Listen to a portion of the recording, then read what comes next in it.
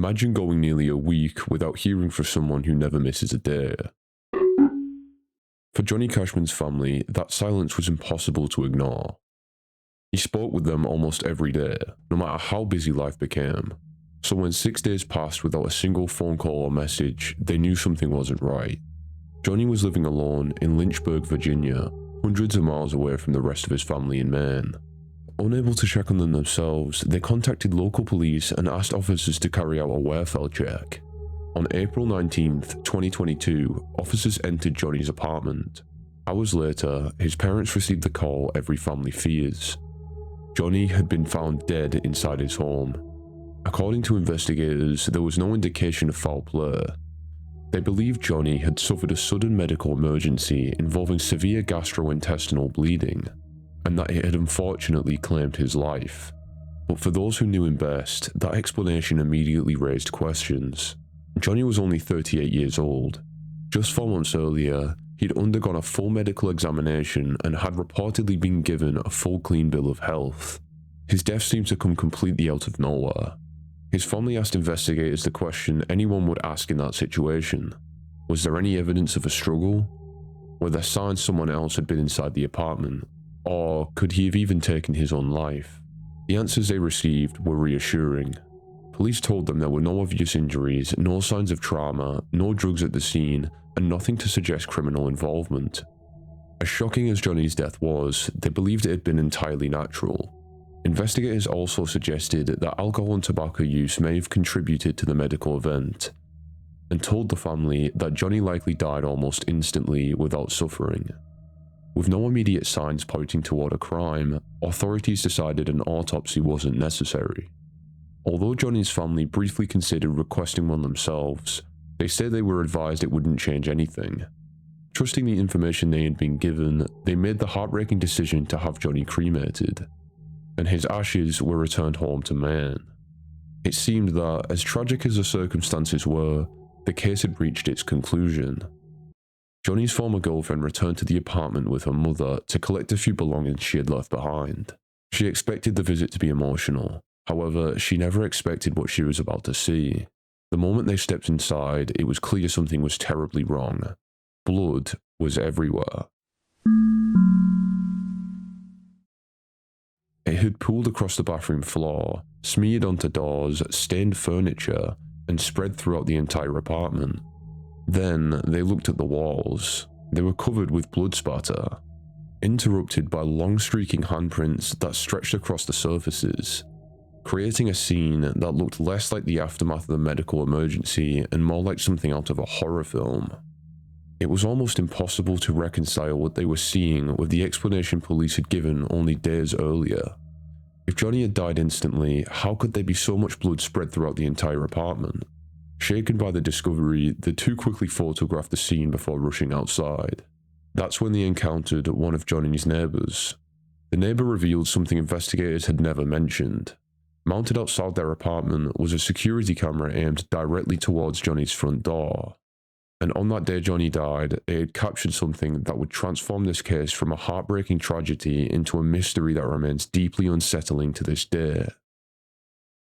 The security camera didn't capture what happened inside Johnny's apartment, but what it did record may have been even more unsettling. At approximately 3:03 that afternoon, Johnny can be seen climbing towards the stairs in his apartment. On the surface, nothing appears unusual. He's carrying what looks to be an empty drinking glass, casually enters the code to his front door, and disappears inside. For a few brief moments, nothing happens. Then, the silence is broken. Oh, dude, what the f***? What are you doing? Yo, what the f***, dude? What are you doing, man?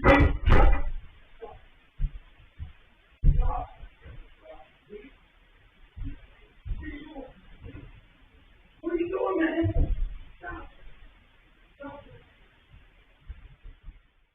From behind the closed door, shouting suddenly erupts. Although the words were difficult to make out, one voice repeatedly sounds confused and distressed, asking variations of, "What are you doing?" and pleading for whatever is happening to stop.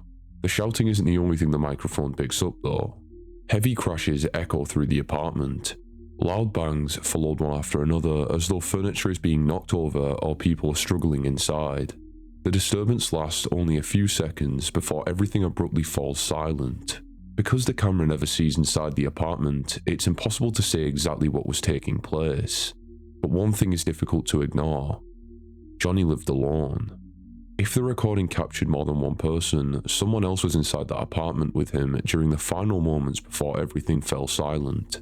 Just 7 minutes later, that possibility became much harder to dismiss. A man stepped outside Johnny's apartment. A stranger calmly walked down the stairs and headed towards the building's exit. At first, it looked as though he was simply leaving. Without warning, he turned around and walked back up the stairs. Instead of knocking or calling out, he reached towards Johnny's front door. Rather than grabbing the handle with his bare hand, he appeared to use the sleeve of his jacket almost as though he was deliberately avoiding touching it directly. Whether he was checking if the door had locked, wiping away fingerprints, or doing something else entirely has never been established. But the moment immediately caught people's attention. He descended the stairs once more and paused near the exit. For several seconds, he remained almost motionless, seemingly trying to gather himself before finally walking out the building for good. If the footage had ended there, it would already have raised uncomfortable questions. But it didn't. Roughly a minute after the unidentified man disappeared from view, another sound came from inside the apartment. A desperate cry.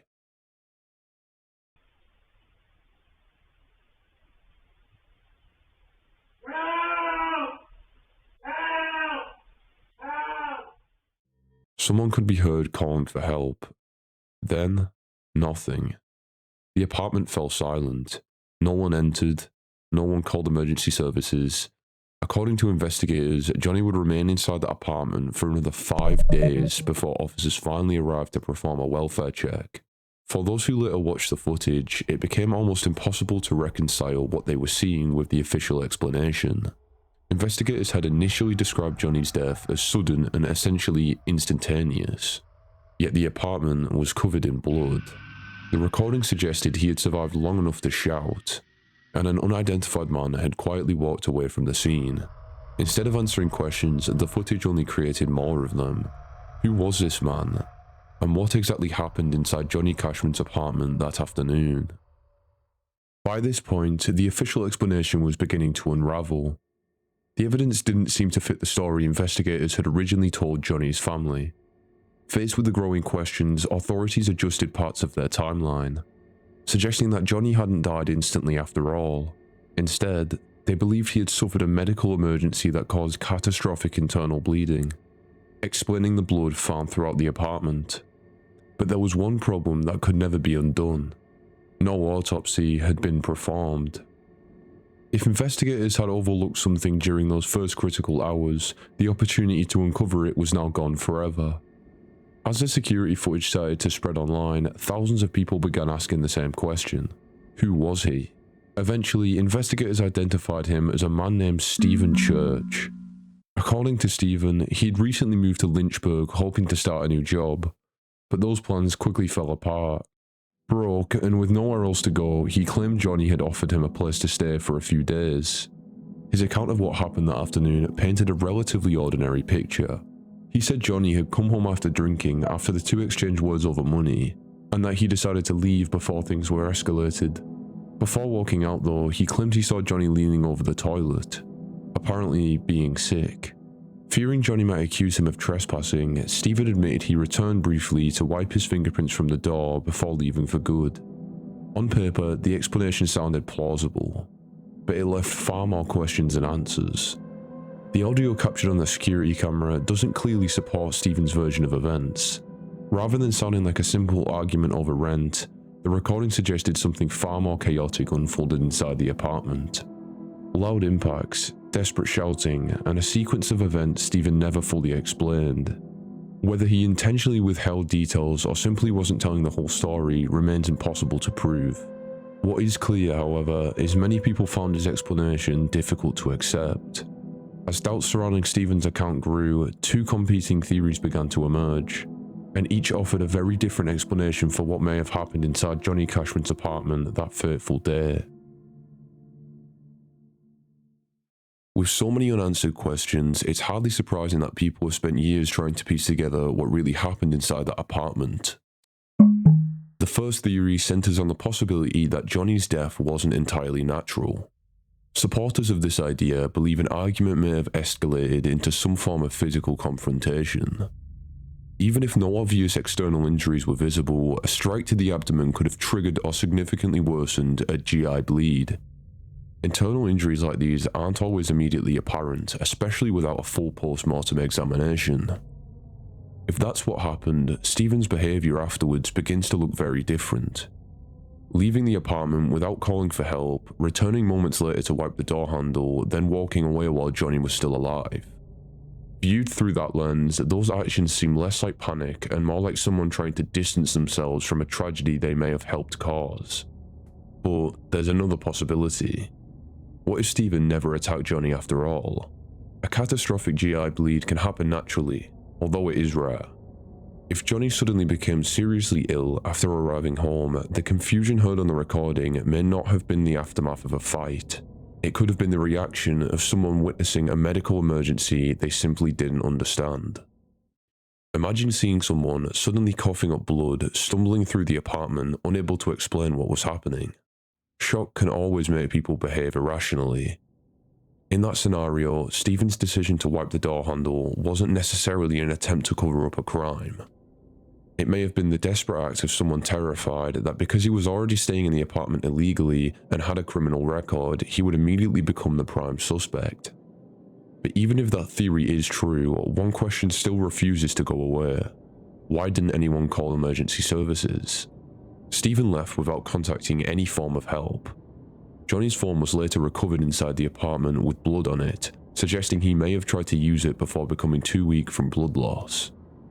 In October 2022, investigators had officially closed the case. Stephen Church was cleared of any criminal wrongdoing, and Johnny Cashman's death remained classified as the result of a medical emergency. One detail investigators pointed to was that Stephen's shoe prints weren't found in the blood inside the apartment, whereas Johnny's were. To them, it suggested Stephen hadn't been moving throughout the apartment during Johnny's final moments. And for law enforcement, that was enough. The case was over. But for Johnny's family, and for many people who have examined the evidence, it never felt that simple. No autopsy, a disturbing audio recording, an unidentified man leaving the apartment, as well as a scene that many believe doesn't match the official explanation. None of these facts conclusively prove that a crime occurred.